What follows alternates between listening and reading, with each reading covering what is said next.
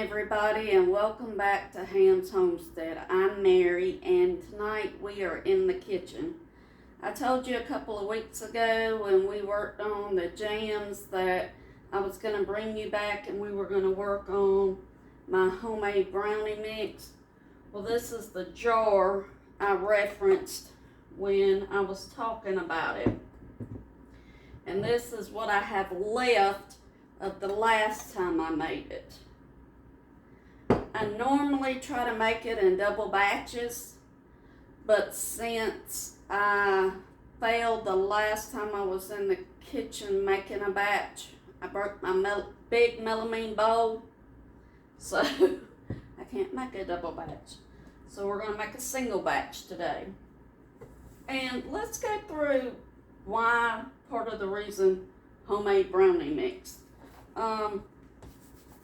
This is an everyday cake mix you can buy in a store. First ingredient, sugar. Okay, we're going to use sugar. Then enriched bleach wheat flour, niacin, reduced iron, thiamine, shortening, diglycerides, something I can't pronounce, cocoa powder, sodium, aluminum, monocalcium phosphate, some cornstarch, salt, modified cornstarch, palm oil, and artificial flavorants. Okay, now that doesn't include the butter you're gonna put in there and the eggs you're gonna put in there. So it already has shortening and palm oils in there, and you're gonna put butter in there.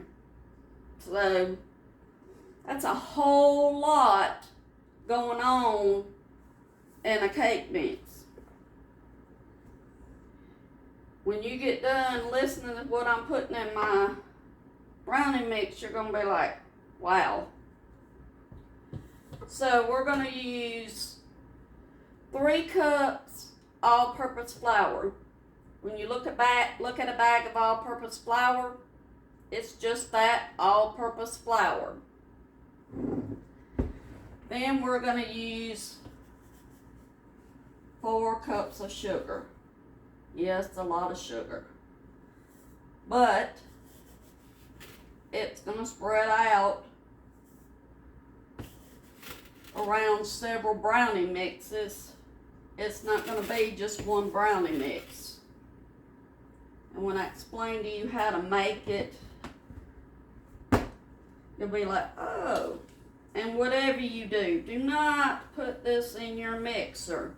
You're not putting any wet ingredients in here. So if you put this in your mixer, it's going to go flying everywhere, even if you put it on a slow speed. Just take and do it by hand. It's much easier that way. So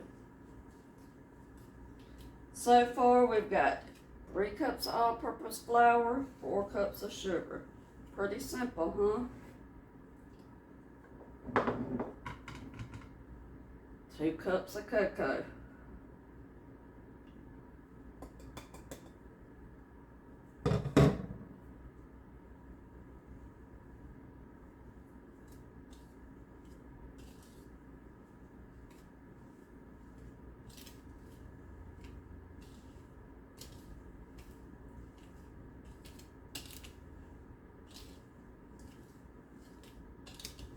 And it's not going to look like your typical brownie mix because it doesn't have, when I get done, because it doesn't have all that other stuff added in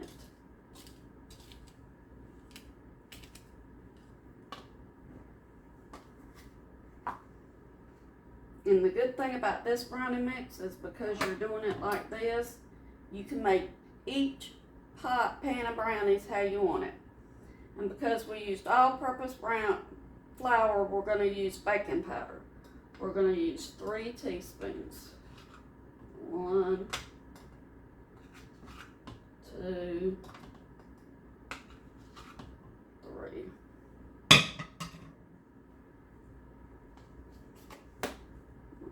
stir that in really well.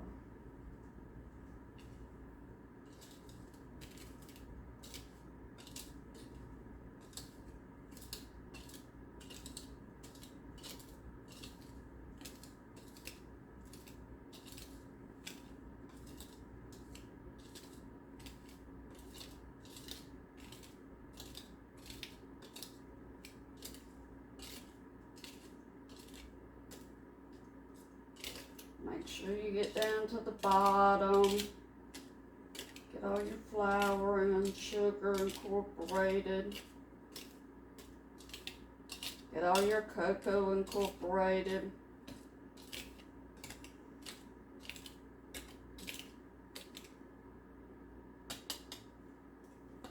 And there you have it. That's what it looks like. Now, to make my brownies, you take 2 1/4 cups of the brownie mix, 2 eggs, 1/4 cup of vegetable oil, and 1/4 cup of water. That's it. Nothing else. Bake it at 350 till it comes out toothpick clean. And I say till it comes out toothpick clean because some people have gas ovens, some people have electric ovens, some people have old ovens that take longer. You just need to know your oven. I'd start checking it at 18 minutes. It could take as long as 30 minutes. But here's the great thing about this brownie mix. You can add to it. You can put chocolate chips in it. You can put pecans in it. You can put Reese chips in it. You can put walnuts in it. If you wanted to, you could put maple in it. The endless the options are endless with this brownie mix. You've got the base. You can do anything you want with it. So, I'm going to pour this up in my empty one, and then I'm going to mix a batch, show you what it looks like, then I'll get it in the oven, and when it's ready, you'll see what it looks like coming out. Be right back. Okay, here are the brownies made and in the pan. I'm just waiting on my oven to heat up. You do not need to spray the pan, whether it's glass or a dark non-stick, because you're putting oil in the mix. So that's taken care of. As you can see, I'm using chocolate chips, purely a preference. My oven just told me it was warm. So as you can see, I filled up my other one to the tip top, and I've got a little bit more than a cup left. And you may be saying, well, why even bother? Well, I've got my other one full. I got brownies for a couple of nights, and I got a half of one brownie mix. So that's pretty good. And that one. So I'm pleased. And you can put them in a thinner pan if you want. This is kind of a thick pan, but we like them chewy and fudgy, so that's why we make them in this pan. Why I make them in this pan. But it, like I said, totally a preference thing. My tongue is tied today for some reason. I will get them in the oven, and then I will show you what they look like when they come out. See you then. Okay, everyone, here is the finished product. Like I said, you can add anything you want to the brownie mix. As you see, I added my chocolate chips to the top. You could have stirred yours in. See, I kind of have a ooey gooey center. That's going to be delicious.